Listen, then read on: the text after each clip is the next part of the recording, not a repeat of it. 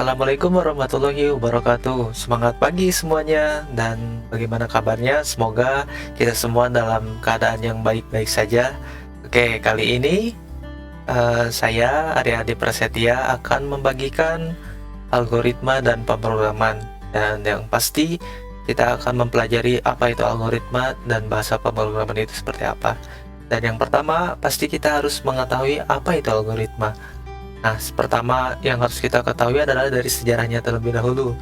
Sejarah algoritma itu pertama diketahui oleh Abu Ja'far Muhammad Ibnu Musa Al-Khwarizmi. Dulu, Al-Khwarizmi sering disebut algoritm. Kalau dalam ejaan bahasa Inggris seperti itu ya. Kemudian, sering berjalan waktu, algoritm berubah menjadi algoritm karena kata algoritm sering keliru dengan aritmatik.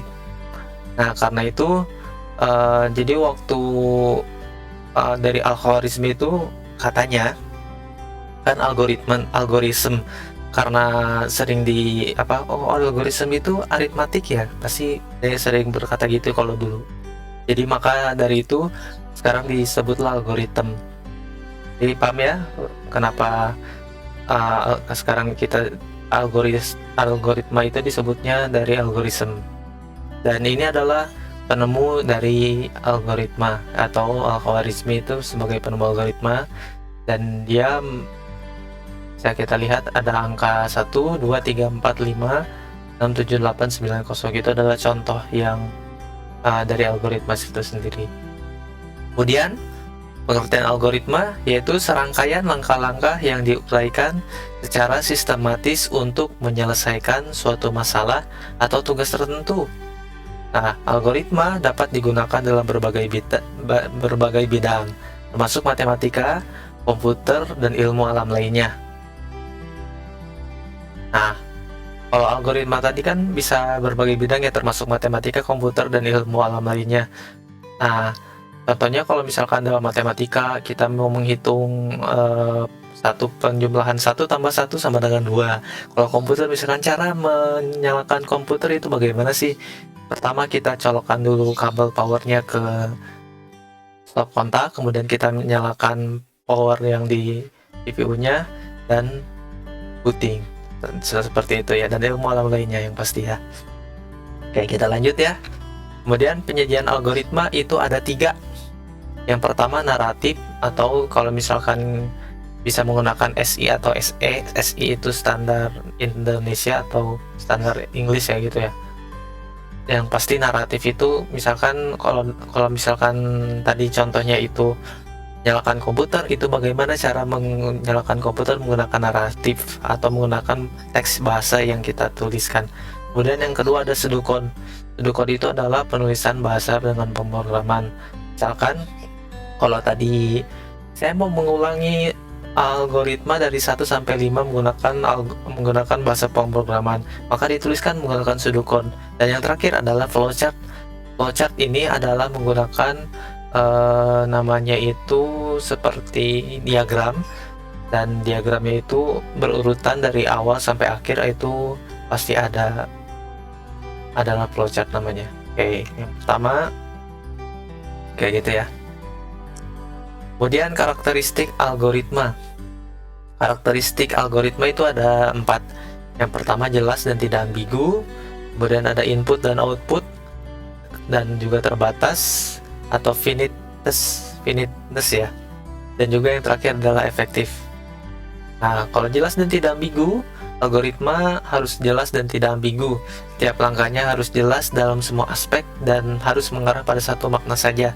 Contoh kayak tadi, misalkan kita mau menyalakan komputer, maka itu harus jelas dan tidak ambigu. Jadi misalkan setelah kita colokkan kabel stop kontaknya ke kabel power ke stop kontaknya, maka apa yang harus kita lakukan? Kita harus menyalakan komputernya, seperti itu ya. Kalau tidak, maka itu akan tidak ambigu, maka akan ambigu ya, maksud saya, mohon maaf. Kemudian yang kedua ada input dan output. Algoritma harus menerima 0 atau lebih input dan setidaknya menghasilkan 1 output. Seperti tadi, misalkan kita masukkan 1 input, yaitu tadi kalau dalam komputer itu namanya mencolokkan kabel power ke stop kontak, kemudian outputnya itu dan juga kemudian kita menyalakan kabel tombol CPU powernya, dan itu adalah salah satu outputnya, dan outputnya adalah Windowsnya bisa jalan atau sistem operasinya bisa berjalan ya. Kemudian yang ketiga adalah terbatas. Proses algoritma harus memiliki akhir dan jumlah langkahnya terbatas. Jadi kalau misalkan algoritma itu jelas dan terbatas ya pastinya. Terbatas ini kayak misalkan tadi contoh nyalakan komputer, pasti kan ada batasannya dong. Batasannya misalkan sampai sistem operasinya berjalan, itu berarti sudah selesai. Nah seperti itu. Dan yang terakhir adalah efektif. Setiap langkah-langkah dalam algoritma harus efektif dan sesederhana mungkin. Jadi pastikan kalau kita nanti menuliskan algoritma itu harus efektif. Jadi langkah-langkahnya itu benar-benar jelas dan juga bisa dipahami secara akal ya. Oke, itu ya untuk karakteristik algoritma. Kemudian yang terakhir ini untuk algoritma adalah struktur algoritma. Struktur algoritma ada 3, yaitu yang pertama sequencing atau berurutan, kemudian yang kedua branching atau bercabang, dan yang terakhir ada looping atau perulangan. Oke, kenapa saya sebutnya sequencing, branching, looping? Karena kan kalau misalkan takutnya ini sebagai pengingat aja ya. Karena kan kalau misalkan ini kayaknya bahasa Inggrisnya salah ya atau gimana gitu, tapi kan kalau sequence itu sequence ya. Kalau ini kan sequencing, terus branch itu kan branch. Ini kenapa branching, terus kalau loop kan loop. Ini kenapa looping ya? Itu ini kita biar lebih mudah mengingatnya saja. Kalau di algoritma itu ada sequencing, branching, dan looping. Jadi kalau misalkan nanti suatu saat kalian ditanya oleh guru atau siapapun, coba apa itu berurutan dalam algoritma, saya jawab misalkan sequencing, kemudian bercabang itu apa, saya branching gitu. Dan yang kalau looping itu apa, baru perulangan kayak gitu ya. Nah, oke. Yang pertama itu sequencing. Sequencing atau sequence merupakan urutan pengerjaan dari perintah atau statement pertama sampai dengan perintah atau statement terakhir. Jadi bisa dilihat contohnya di kanan itu ada gambar ya. Di bagian situ ada, ini anggap saja startnya, ini end-nya. Nanti akan saya jelaskan lagi setelah materi flowchart ya. Yang pasti ini adalah contoh algoritmanya. Kemudian umumnya bahasa pemrograman mempunyai sequence mulai dari ke atas ke bawah dan dari kiri ke kanan. Pasti gitu ya, dari atas ke bawah atau kiri ke kanan. Kemudian algoritma sequence merupakan algoritma yang setiap instruksinya dikerjakan satu persatu, kemudian setiap instruksi dilaksanakan hanya sekali dan tidak ada pengulangan. Urutan instruksi yang dilakukan pemroses sama dengan urutan instruksi yang tertulis. Akhir instruksi berarti akhir algoritma. Nah, kalau sequencing ini kita nggak ada yang namanya branching atau looping ya. Jadi sequence itu benar-benar satu urutan. Contoh misalkan dalam matematika itu kita menghitung 1 tambah 1 sama dengan 2 kan. Berarti kita mulai, terus kita masukkan nilainya berapa gitu. Terus kemudian print nilai yang itunya berapa, nilai hasilnya berapa, dan kemudian setelah itu baru selesai. Kayak gitu ya contohnya. Nanti akan ada flowchartnya yang pasti dan contoh sedikitnya di lain materi ya. Kemudian untuk branching, nah branching ini adalah percabangan, bisa disebut sebagai decision making ya. Merupakan suatu control flow pada algoritma pemrograman yang cara kerjanya melakukan pemilihan statement pada kondisi 2 pilihan atau lebih yang akan dieksekusi selanjutnya,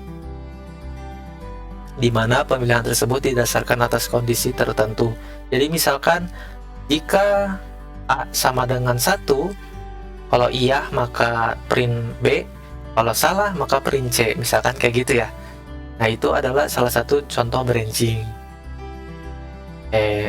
Udah ya. Nah kita lanjut, yang terakhir adalah looping.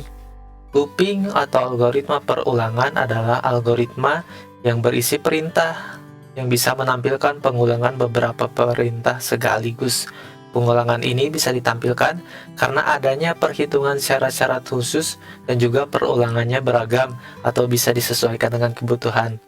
Jadi misalkan di sini ada saya input angkanya 1, kemudian ini bisa menggunakan, kalau dalam algoritma pemrograman itu ada 3 ya. Di looping itu ada do while, for sama satu lagi itu saya lupa apa. Nanti yang pasti akan saya jelaskan nanti ya.